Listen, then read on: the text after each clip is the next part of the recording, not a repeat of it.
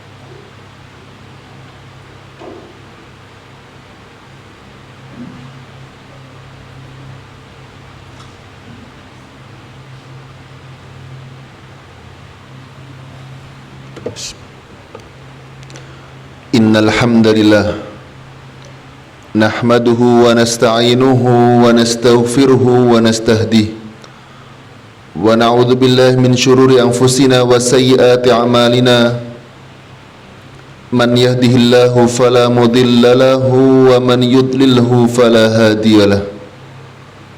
Asyhadu an la ilaha illallah wahdahu la syarika lah wa asyhadu anna Muhammadan abduhu wa rasuluh wa safiyuhu wa khaliluh. Qala Allah Ta'ala fi kitabihil karim, ya ayyuhalladzina amanu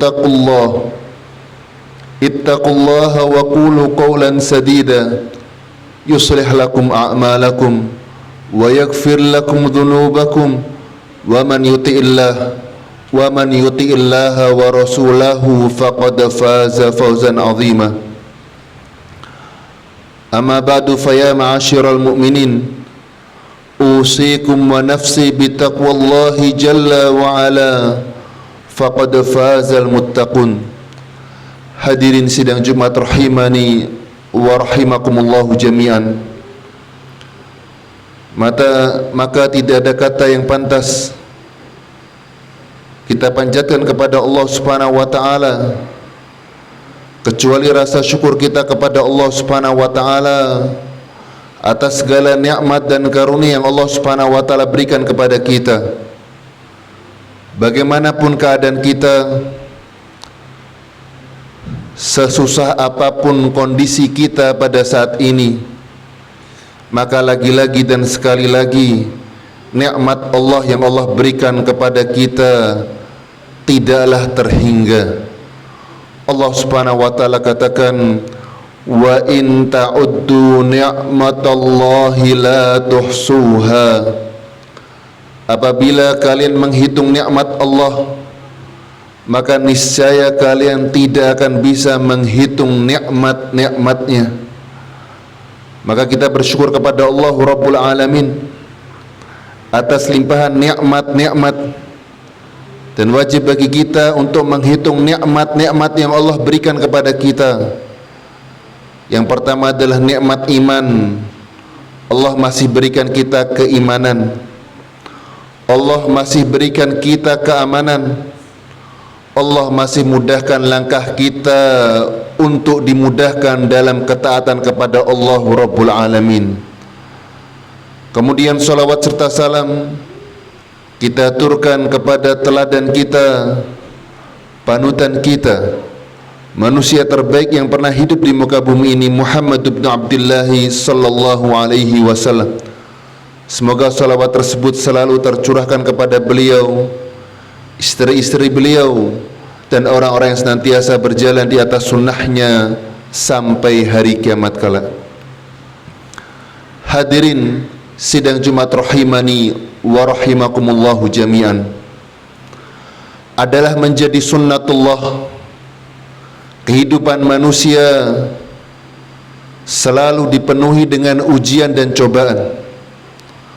Allah Subhanahu wa taala berfirman, wa nabluukum bisyarri wal khairi fitnatan wa ilaina turja'un.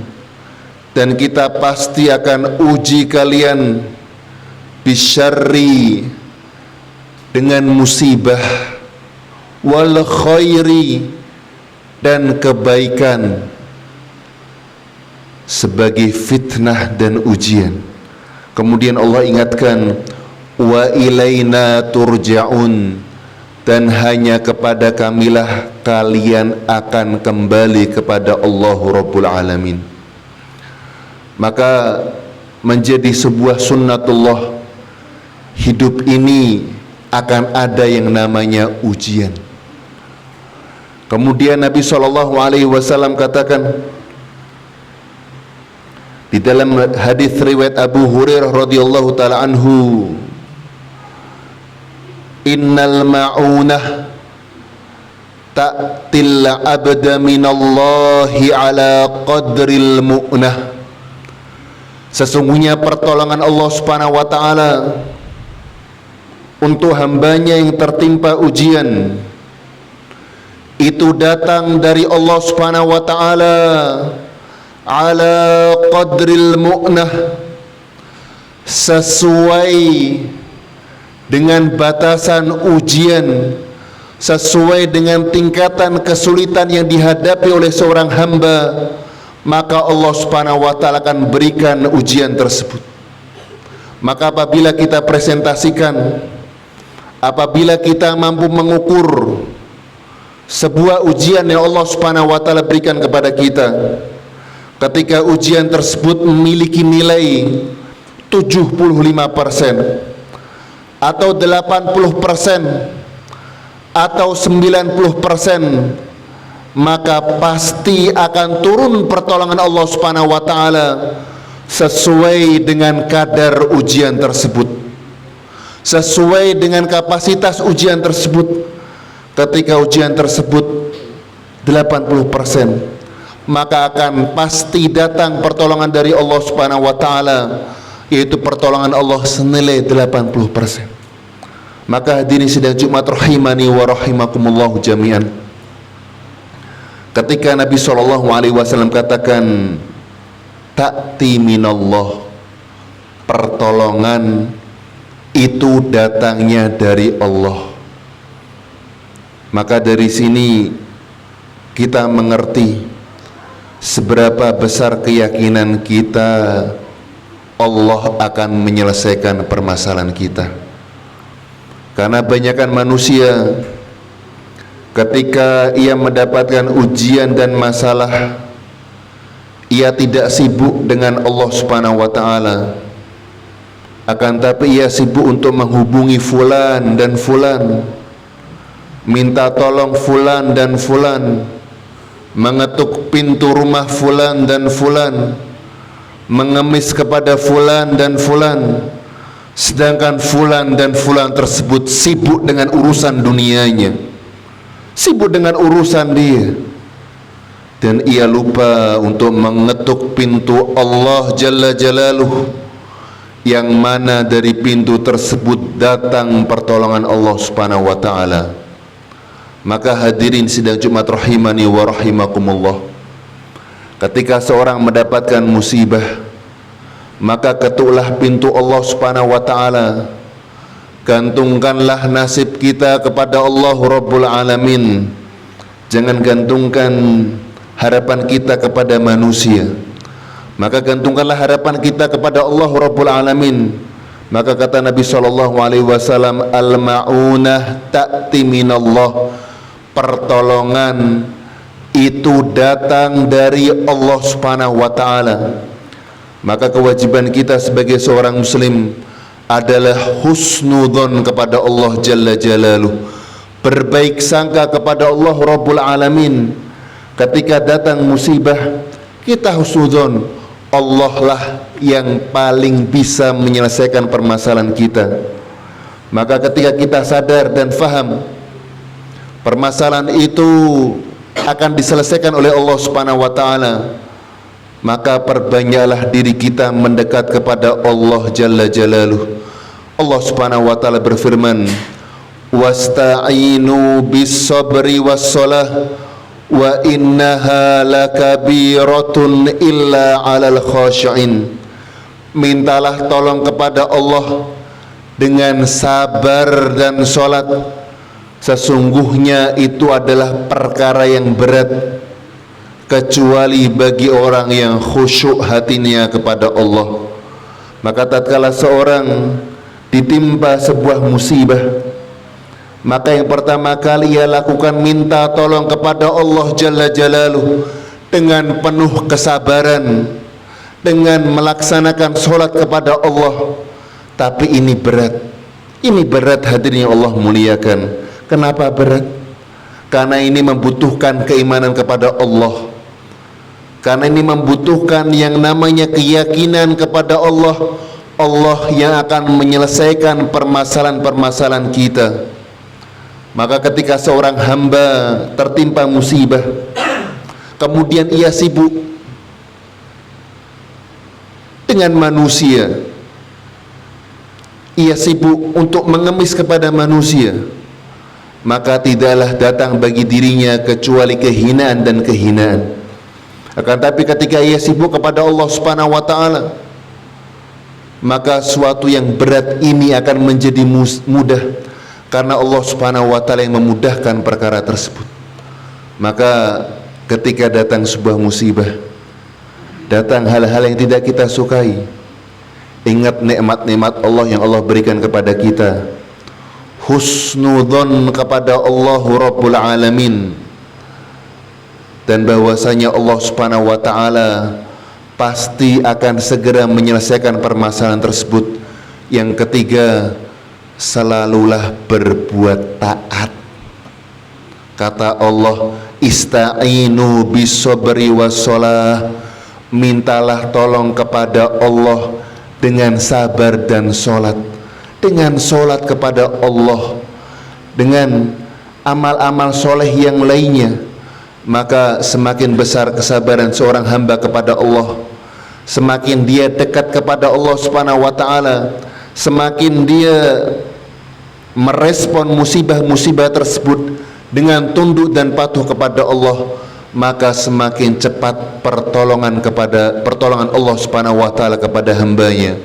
Aqulu qouli hadza wa astaghfirullah li wa lakum wa lisairil muslimina wal muslimat min kulli dhanbin wa khati'ah fastaghfiruh innahu huwal ghafurur rahim.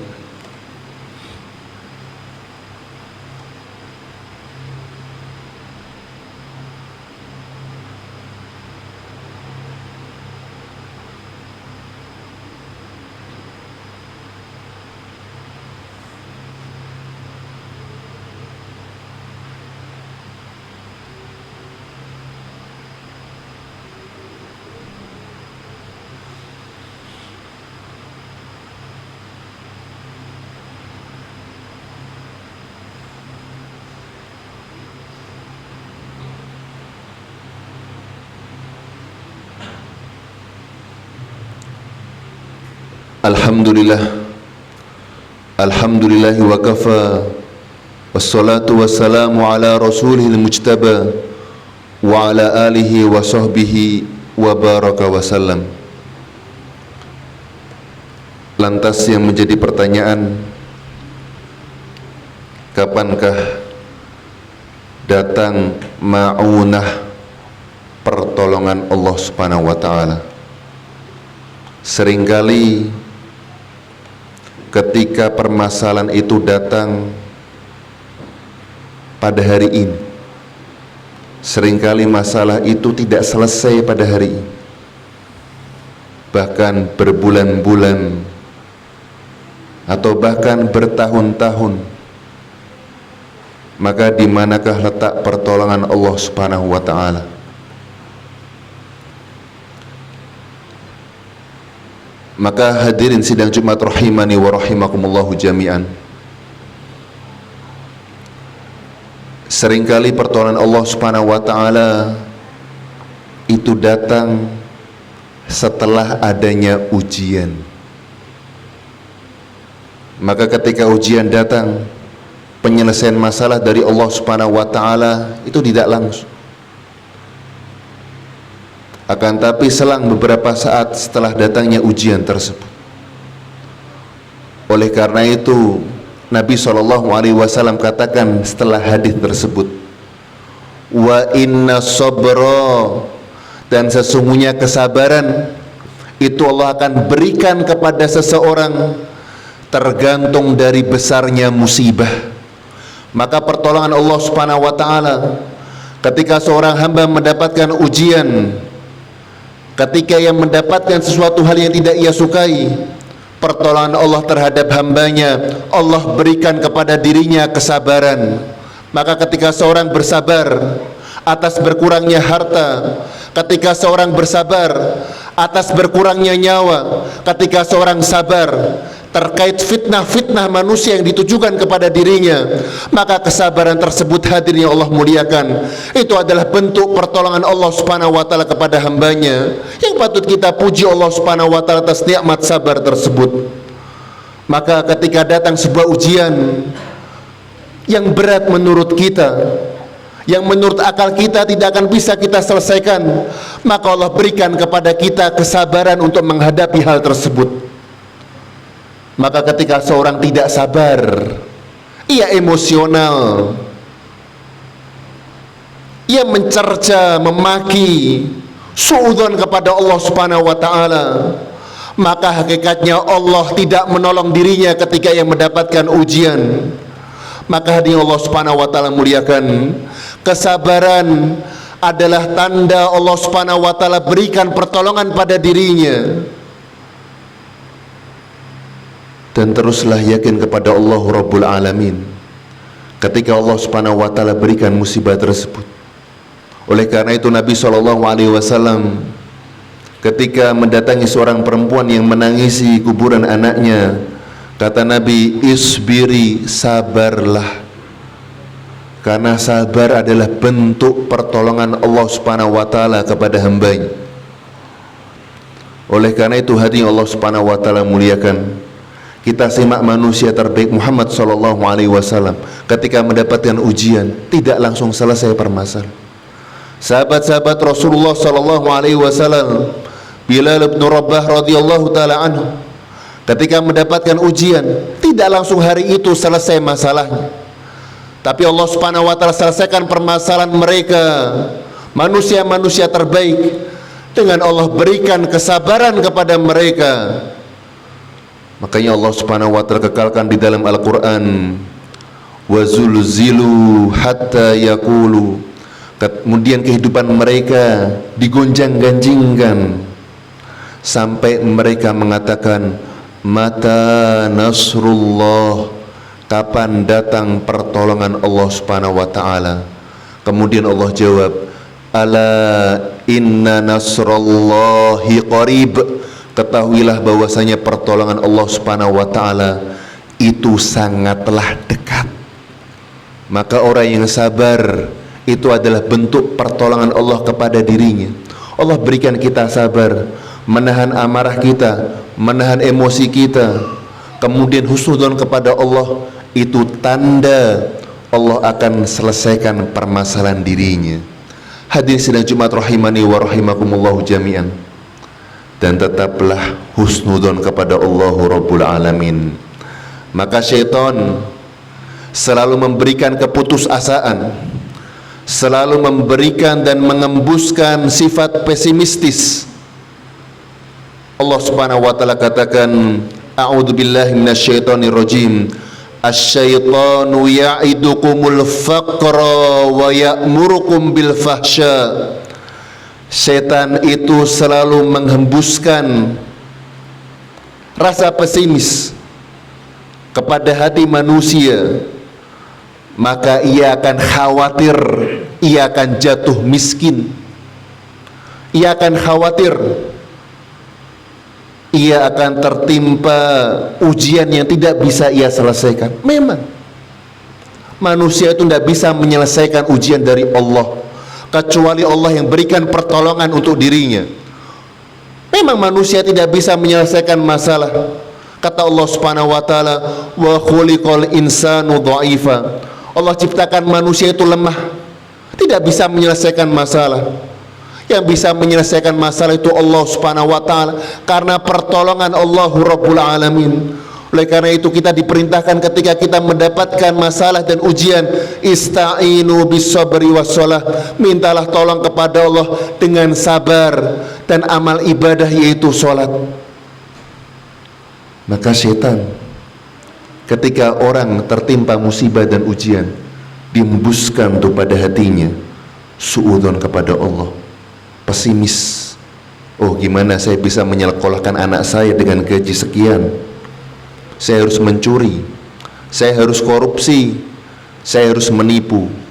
Bagaimana harga-harga sekarang naik, sedangkan daya beli masyarakat menurun, tidak bisa mencukupi kebutuhan keluarga saya.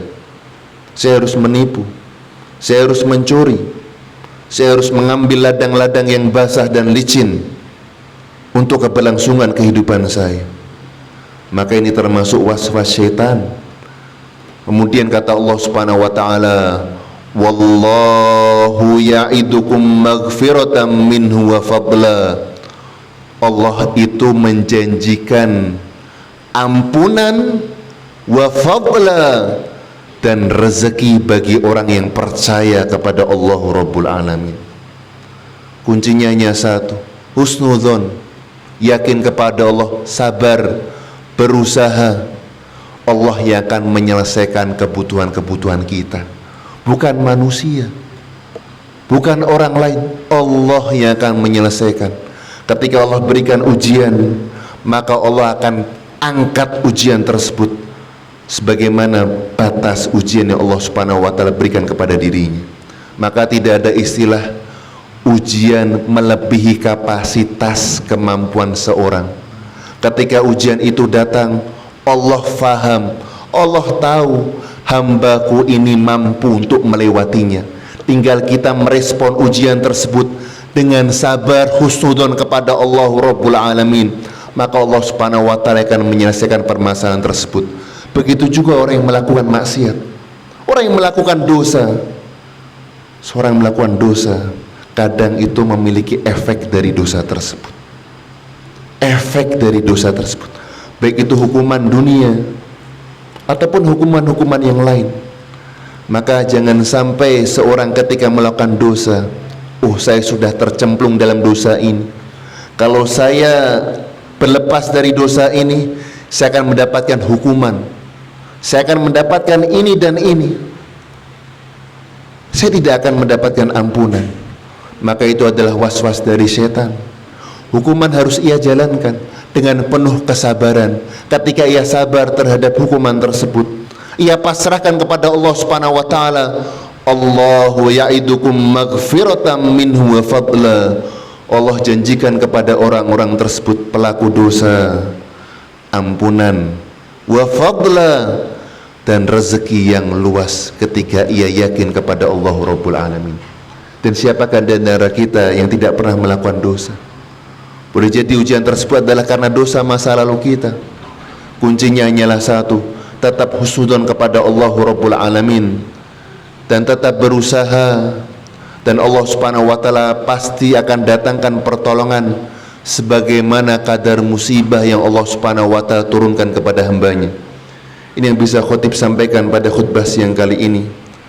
Kemudian kita meminta pertolongan kepada Allah Subhanahu wa taala agar Allah Subhanahu wa taala menjadikan kita semua hamba-hambanya yang istiqomah di atas jalannya, hamba-hambanya yang merespon setiap ujian dan musibah dengan respon positif, baik tunduk dan patuh kepada Allah Rabbul Alamin. Allahumma ighfir lil muslimina wal muslimat, al mu'minina wal mu'minat, al ahya minhum wal amwat, innaka sami'un qaribun mujibud da'awat faya qadhiyal hajat. Allahumma la tadhar dhanban illa ghafartah, wa la maridan illa syafaitah, wa la hajatan illa qadaitahu ya rabbal alamin. Allahumma aslih wulata umurina waj'al lahum bitanatan salihatan ya rabbal alamin. Allahumma ij'al hadhihi al-baldah baldatan andunisiyya, baldatan aminatan mutmainnatan ya'tiha rizquha ragadan min kulli makanin ya rabbal alamin. Allahumma hadha ad-du'a wa minkal ijabah wa wa'atana bil ijabati ya rabbal alamin, fastajib du'aana ya rabbal alamin. Rabbana atina fid dunya hasanah wa fil akhirati hasanah wa qina adzaban nar. Ibadallah, innallaha ya'murukum bil adli wal ihsan wa ita'i dzil qurba wa yanha 'anil fahsya'i wal munkari wal baghi ya'idzukum la'allakum tadhakkarun.